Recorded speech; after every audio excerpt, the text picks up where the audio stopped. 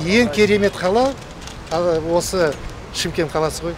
Тамаша табиғатымен тамсандырар шаһар алдағы 2 жылда тағы түрленеді.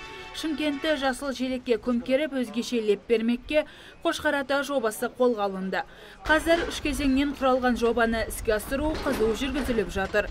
Жыл соңына дейін өзеннің 10 метр ені, 1200 метр ұзындығы демалыс орнына айналады деп жоспарланған.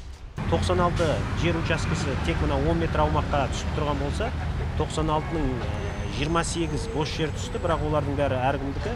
Оның ішінде 20 адам өз еркімен мемлекеттің мұқтажына қайтарылмай-ақ өздері қайтарып берді. Қаланың өсіп өркендеуіне біздің қосқан үлесіміз осында.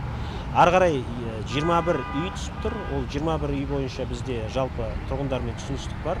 Қазіргі таңда олардың өтемақысына тиісті жұмыстар жүргізіліп жатыр. Өзен маңы табиғи тастармен қашалып, гүлдермен әрленеді. Облыс әкімі атқарылып жатқан жұмыстарды ескі қалашықтан бастап Шымкент плазаға дейінгі аралықты жаяу жүріп таныстырды.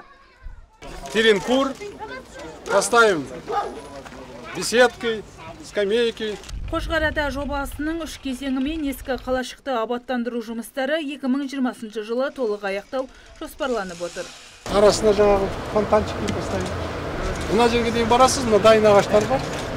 Оны жағымен қорықпай қабыл жүрміз.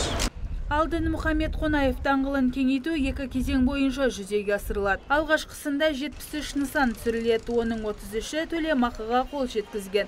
Яғни Түркістан көшесінен Әйтеке биге дейінгі 580 метр ұзындық, ені 42 метрді құрайтын аумақта құрылыс жұмыстары жүргізіледі.